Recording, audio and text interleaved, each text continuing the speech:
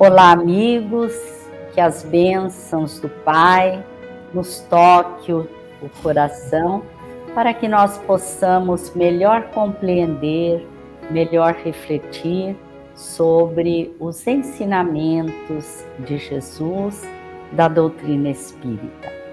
No livro A Gênese, uma das 5 obras fundamentais de Allan Kardec, está anotado o seguinte: são chegados os tempos, dizem-nos de todas as partes, marcados por Deus, em que grandes acontecimentos se vão dar para a regeneração da humanidade.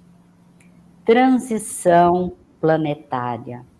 É o período em que o planeta se impulsiona a sair de um nível de consciência específico, de uma dimensão, para ir a outro mais evoluído, cujo objetivo é atingir o processo de regeneração, de maneira que a vida se torne mais fraterna, mais feliz.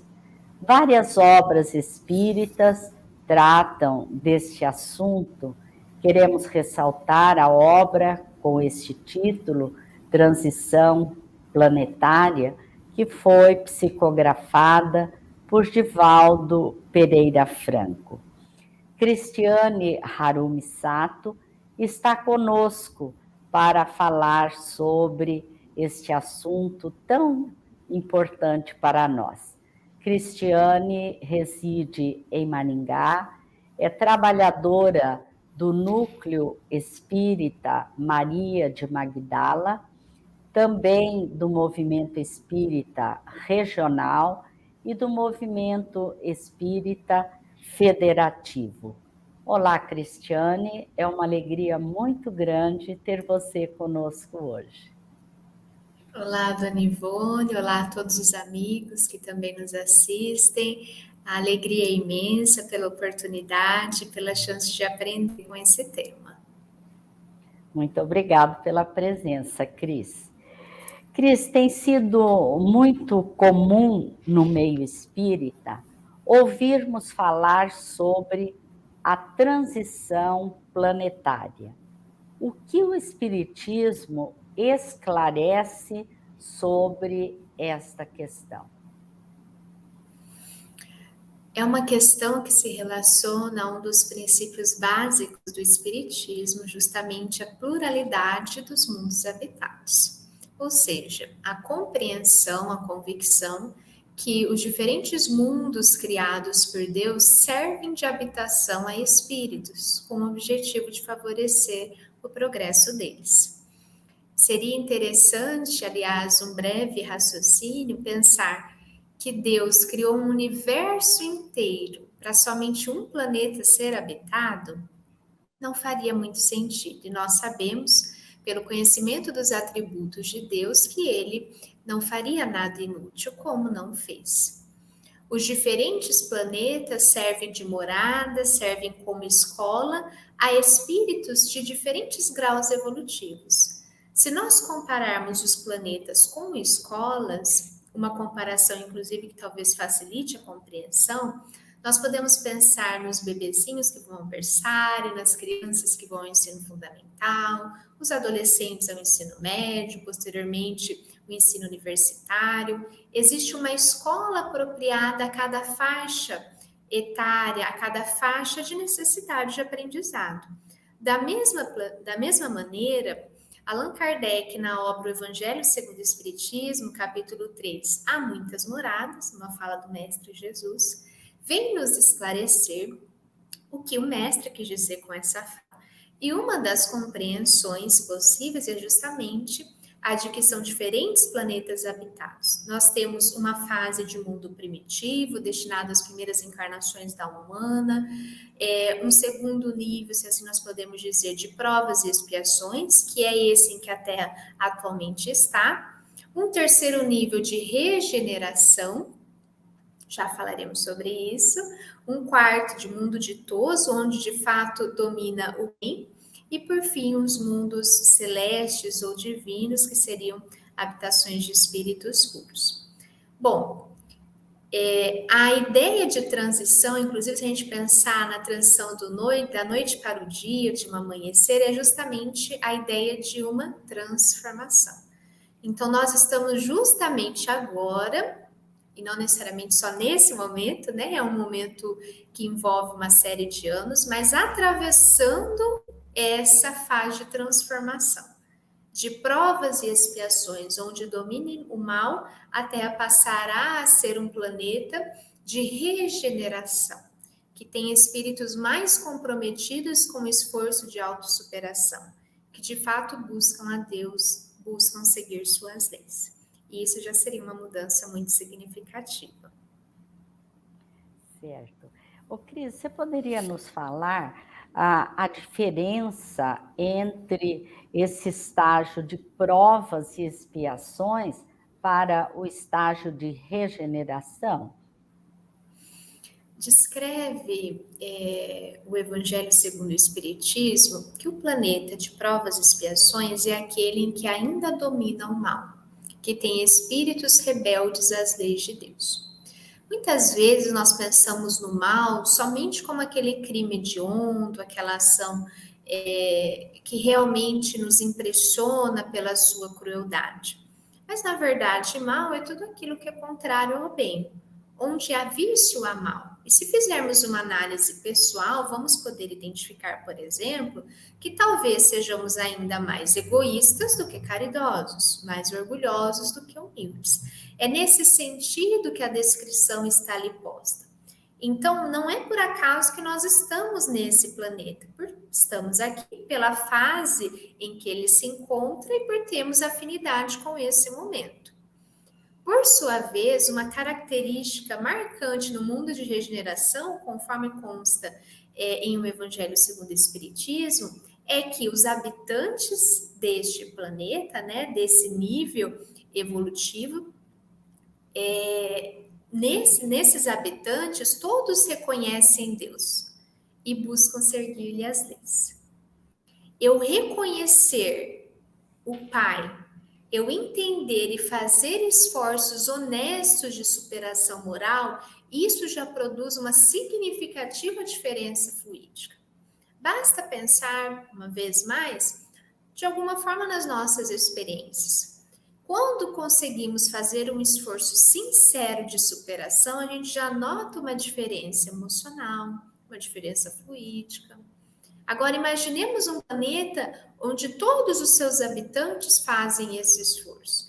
E aí nós poderemos compreender a diferença do ambiente de um planeta que tem habitantes com esse propósito em comparação com aquele em que ainda estamos, né, transitoriamente, de provas e expiações, que caracteriza-se por esse domínio do mal, essa rebeldia. Ô, Cris, você poderia nos dizer o que é que caracteriza essa fase de transição que nós estamos vivendo? Por que é uma fase de transição? Nesse momento, alguns espíritos, né, vieram em obras complementares sérias trazer alguns outros esclarecimentos totalmente compatíveis com aquilo que a gente já viu nas obras básicas, como o Evangelho, a própria Gênesis. E nós sabemos que alguns espíritos, alguns de nós, estamos tendo as últimas oportunidades de reencarnar aqui e fazer a sua decisão. Então, vamos permanecer na rebeldia, querendo fazer somente o que queremos e não necessariamente aquilo que a lei propõe para nossa própria felicidade e nosso benefício, ou tomaremos essa decisão de mudança. E por conta disso, alguns espíritos que estavam talvez por muito tempo em regiões espirituais infelizes estão reencarnando com essa oportunidade. Sob essa ótica, nós podemos entender a fala de alguns benfeitores que nos esclarecem que, por alguns momentos, parecerá que as coisas pioraram, quando isso não é verdade. São essas últimas chances, de alguma forma, também essa resistência ao processo de mudança. que nós visualizamos em nós encarnados e também nos espíritos que desencarnados nos influenciam. A gente poderia pensar que são aquelas horas mais escuras antes do amanhecer, e talvez estejamos justamente nesse momento. Justamente por conta dessa resistência à mudança e dessas influências que talvez nós soframos para também não nos mudarmos, é um momento de muita vigilância. Porque a grande modificação entre um estágio e outro será predominantemente moral. E por isso nós precisaremos ter vigilância, observação, autoconhecimento para perceber quem somos, quais são as ciladas com as quais estejamos nos deparando. Nós sabemos que, infelizmente, muitas vezes as propostas que nos chegam nos mais diferentes âmbitos em que nós temos a chance de atuar não são aquelas de conformidade com as leis divinas e conforme a gente tem a chance de estudar no Espiritismo. Tem sido um momento em que grandes veículos de comunicação ou a grande massa têm se permitido a satisfação das paixões. Mas o fato de muitas pessoas agirem dessa forma não significa que isso se tornou normal ou adequado. Por isso é importante a introspecção, a observação, entendendo o que nos cabe e tomar essa decisão, que de alguma forma também é diária, cotidiana, para que possamos nos manter em paz. Além disso, é oportuno também considerar que da mesma forma que existem essas resistências, nós sabemos, porque obras como o livro Transição Planetária, já referido, vem nos informar que espíritos missionários, até de outro planeta, estão reencarnando para nos ajudar nesse processo. Para trazer o seu exemplo, a sua conduta, também apontando caminhos que podem ser seguidos, além daqueles que nós já encontramos em o Espiritismo, como um roteiro seguro. Cris, e nós? Qual é o nosso papel nesse momento? Como que nós devemos agir? Qual a melhor conduta? A que nos apegarmos? Uma primeira questão que talvez seja de suma importância e tem relação com o que estávamos falando é incorporar a ideia que nós ouvimos às vezes desde a infância de que a mudança do mundo começa por mim. Muitas vezes nós esperamos que o outro mude para que nós também possamos mudar. Então, nós não devemos esperar o esforço alheio. É uma questão pessoal, até porque a colheita também será pessoal. Nós colheremos, às vezes, na própria existência, no mundo espiritual após a desencarnação e até em reencarnações seguintes. O que eu quero para mim? Porque Deus, sendo absolutamente justo e bom, as leis dele também agindo dessa forma, vão fazer com que aquilo que a gente plantou de fato seja aquilo que nós colheremos, inevitavelmente. Então, nesse sentido, nesse momento, a importância do estudo das leis divinas, do estudo espírita, que nos fortaleça a respeito desse roteiro. Que possamos compreender e raciocinando logicamente sobre esses preceitos, torná-los também o norte da nossa existência. E nós sabemos o quanto é valoroso para isso a frequência ao centro espírita. Nós sabemos que é um ambiente espiritual em que há a presença dos benfeitores, se houver trabalhadores encarnados sérios, e que proporcionarão, inclusive durante os nossos estudos, seja em palestra, grupos de estudos, evangelização, a assistência que nós necessitamos. Há tantas outras atividades, como também o passe, o atendimento fraterno e outras tarefas em que trabalhadores, já com alguma bagagem, podem desempenhar como a reunião mediúnica. Esse grande laboratório, que também é um hospital, que também é uma escola, o Centro Espírita, vai ser como o nosso oásis, nesses momentos em que estamos atravessando uma jornada no deserto. Esse espaço que vai permitir o restabelecimento. Além disso, não adiantará esse reforço, essa frequência, ao menos 2 vezes por semana, nos lembra André Luiz, na obra Conduta Espírita, se não houver também um esforço fora do centro.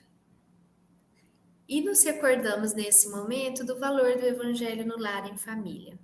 A proposta espírita de uma reunião semanal, em que podemos colocar uma jarra de água, em que iniciamos com uma prece, também com ela encerramos, e no momento do Evangelho nós fazemos uma leitura, podemos até fazer preparatória antes da prece inicial, um livro de mensagens, após de o Evangelho segundo o Espiritismo, uma abertura que nós dizemos ao acaso, e a gente sabe que nunca é encaminhada pelos benfeitores, para a nossa reflexão. É um momento de acusações, de fugas do tema, de trazer coisas inoportunas, é um momento de contato com o alto em nosso próprio lar, que vai se beneficiar do amparo que os benfeitores oferecerão, havendo da nossa parte o compromisso com aquele dia fixo, com aquele horário fixo dessa reunião. Mas também a importância de, nesses momentos, cuidarmos em relação àquilo que nós estamos assistindo. Quais são os nossos interesses, o que nos atrai, quanto tempo estamos gastando com isso? As pessoas e espaços que estamos frequentando têm nos proporcionado paz, compromisso, responsabilidade? Estamos felizes no cumprimento dos deveres? Ou são espaços e convívios que estão favorecendo as nossas quedas morais? Nesse momento, nós sabemos, espíritas, que os ambientes, assim como o Centro Espírita Série tem a sua ambiência favorável espiritualmente, cada ambiente tem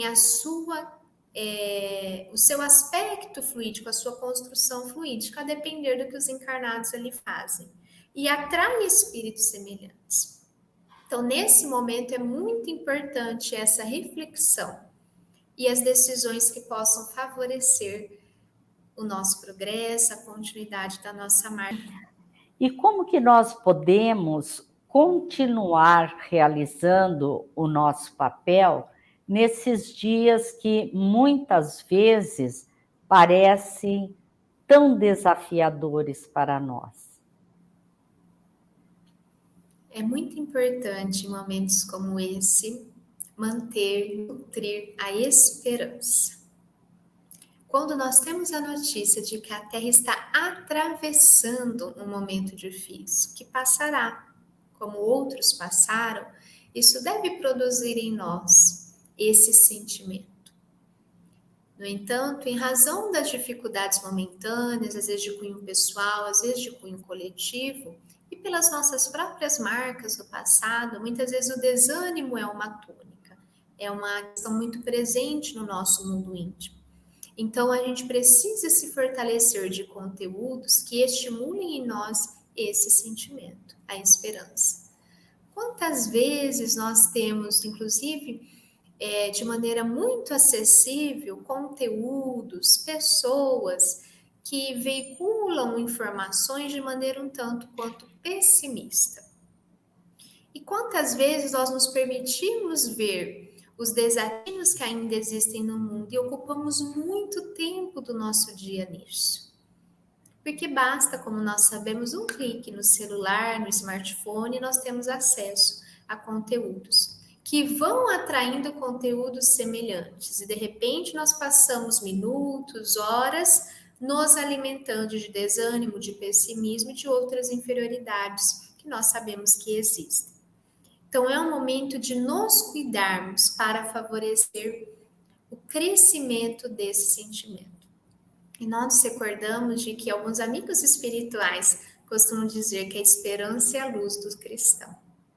O Mestre Jesus, quando veio dar o seu testemunho no corpo físico, passou, como nós sabemos, um momento de máximo sacrifício. Mas ele também, após a morte do corpo, veio demonstrar a imortalidade da alma, assim como demonstrar consequentemente que estava em paz, tinha cumprido o seu dever e voltava em plenitude, para nos mostrar que de fato daquilo que nós plantarmos colheremos. É também o mestre que nos esclarece pela sua fala, talvez vamos nos recordar, bem-aventurados os mansos ou os brandos, porque herdarão a terra. E de fato socorrerá. Haverá um momento em que só merecerão reencarnar aqui aqueles que tiverem um compromisso com a brandura, que não se vincularem, não se permitirem os comportamentos intolerantes, agressivos. E essa é uma reflexão muito oportuna também para esses dias. Que nós possamos tomar muito cuidado para não permitir que sentimentos como esse, em que consideramos o nosso irmão como um inimigo, prevaleçam na nossa alma. Que possamos orar uns pelos outros, inclusive por aqueles que estão se equivocando, beneficiando-os com os bons frutos que vêm dos bons espíritos e do nosso esforço honesto de querer mudar um sentimento ruim, substituindo-o por um bom. Nós sabemos que quando essa mudança do planeta de fato ocorrer, alguns de nós talvez não mereçamos mais reencarnar aqui enquanto não fizermos a mudança. Mas que possamos nós, tendo muita fé e convicção nos conhecimentos oferecidos pela doutrina espírita, permanecer no nosso esforço, com o nosso compromisso, com aquilo que nós acreditamos, tendo a convicção de que em algum momento, Deus sabe qual, a colheita virá. E terá valido muito a pena olhar para trás e perceber que foi feito um bom uso do tempo, que de fato fizemos aquilo que nos cabia na família, no círculo profissional, na sociedade como um todo e em benefício, inclusive, de nós mesmos. Que nós possamos seguir. Finalmente, nós nos recordamos da fala de Divaldo Pereira Franco, referindo-se a Francisco de Assis, que pelas informações também do mundo espiritual, voltará ao corpo físico. Ele, um grande apóstolo do Mestre Jesus, o irmão Alegria, também virá. E há um episódio muito curioso que Divaldo conta, que certa vez ele e Clara de Assis estavam se despedindo temporariamente, e ela falou, meu irmão, não se vá. E ele fala, eu voltarei. E era um momento em que não era a época de flores, mas naquele instante em que ele diz eu voltarei, de repente ela se vê cercada de flores, como realmente cumpridoras dessa promessa, anunciando que de fato os dias melhores viriam. Então, também para nós, fica esse convite de aguardar a primavera moral do nosso mundo. Ela virá, muitos irmãos espirituais estão conosco. Somente aguardando as nossas definições pessoais também para que possamos estar em sintonia com eles. E grandes amigos e exemplos como o de Francisco também estarão conosco no corpo físico, não sabemos exatamente o momento, mas sabemos que ele ocorrerá. Também trazendo a luz da sua presença, do seu exemplo, da sua conduta. Então, que nós possamos com essas informações, com essas reflexões, prosseguir, cheios de bom ânimo, com esperança em muitas orações. Certamente a caminhada será mais tranquila. Muito obrigada. Diante dessas suas palavras, nós só podemos dizer que assim seja e muito obrigada. Muito obrigada pelas reflexões, pelas palavras de bom ânimo que você nos trouxe, Cris. Nós agradecemos essa chance. Deus nos ampare. Nós agradecemos também a todos vocês que estão nos assistindo. Lembramos das mensagens do Momento Espírita, que estão no site momento.com.br